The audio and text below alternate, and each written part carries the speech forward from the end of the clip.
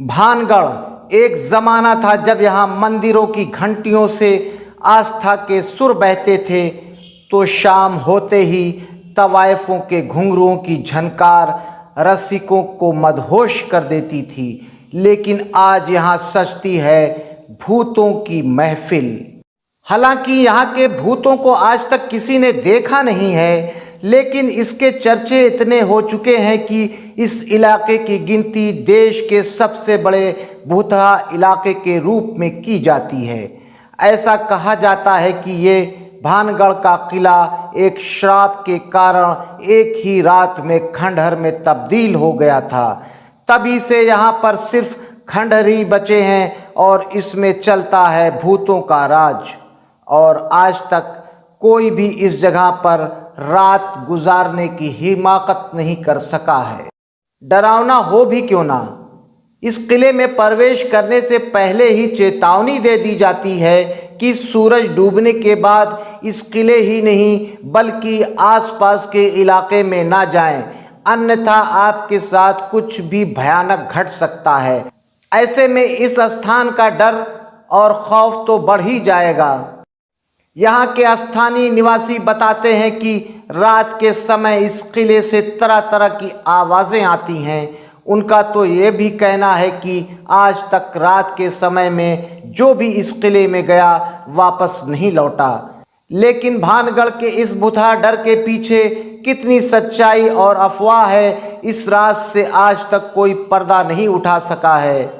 इस स्थान के भूतहा होने और खंडहर होने की कई कहानियां हैं। ऐसा कहा जाता है कि शीडा नाम के एक तांत्रिक के श्राप की वजह से ये किला बर्बाद हुआ।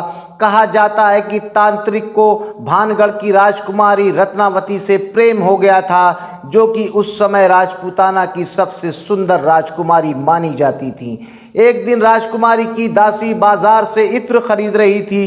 तांत्रिक ने इत्र की शीशी पर कुछ मंत्र पढ़कर फूंक दिया, जिससे कि राजकुमारी जब वो इत्र इस्तेमाल करती तो तांत्रिक पर सम्मोहित हो जाती।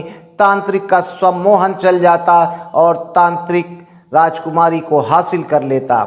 राजकुमारी को इस बात की जानकारी उसकी नौकरानी ने दी, तो ऐसा कहा जाता है कि तांत्रिक अपने मंत्र के प्रभाव के इंतजार में किले की दीवार के पास बैठा था। राजकुमारी ने क्रोधित होकर एक बड़ा पत्थर किले से तांत्रिक की ओर लुढ़का दिया और वो पत्थर सीधे तांत्रिक पर जा गिरा।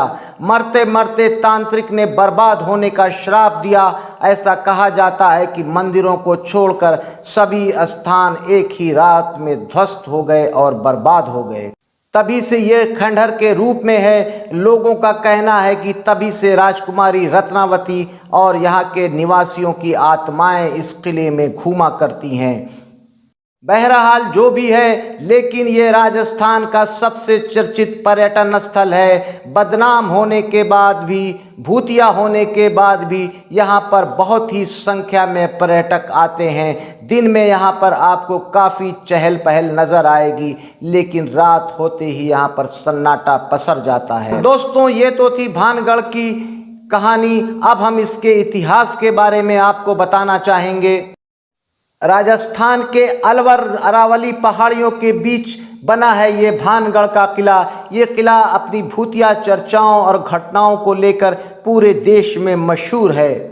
ये अपनी बनावट और खूबसूरती से ज़्यादा भूतिया किस्सों की वजह से चर्चा में रहता है। गोला गांव के नज़दीक बने भानगढ़ के किले में महल के खंडहर पहाड़ियों की निचली ढलान पर आज भी मौजूद हैं। इस किले का तालाब वाला हिस्सा पेड़ों से घिरा हुआ है और महल के परिसर के भीतर कुदरती जलधारा तालाब में गिरती है। किले परिसर में लोगों को भूतिया तजुर्बों के किस्से और घटनाओं के डर से अब गांव के लोग इस किले से दूर हो गए हैं। इस किले का निर्माण साल 1573 ईस्वी में आमेर के राजा भगवंत दास ने अपने दूसरे बेटे माधो सिंह के लिए कराया था। माधो सिंह सम्राट अकबर के सेनापति मान सिंह के छोटे भाई थे। माधो सिंह ने सन 1613 ईस्वी में इसको अपना निवास स्थान बनाया।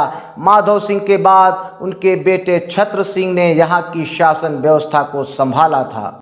दोस्तों, जो भी हो, भानगढ़ का किला अपने समय का बहुत ही शानदार वास्तुकला का एक बेहतरीन उदाहरण था, लेकिन समय के साथ और तमाम कहानियों ने इसको और भी चर्चित बना दिया है। दोस्तों, अगर आपको हमारा ये वीडियो पसंद आया है तो हमारे चैनल को लाइक कीजिए, सब्सक्राइब कीजिए और देखते रहिए हिस्ट्री दर्पण। हम आपके लिए इसी प्रकार के ऐतिहासिक विषयों पर आधारित वीडियो लेकर आते हैं। इजाज़त दीजिए आसिफ को, फिर मिलते हैं किसी नए स्थान पर कुछ नई जानकारियों के साथ।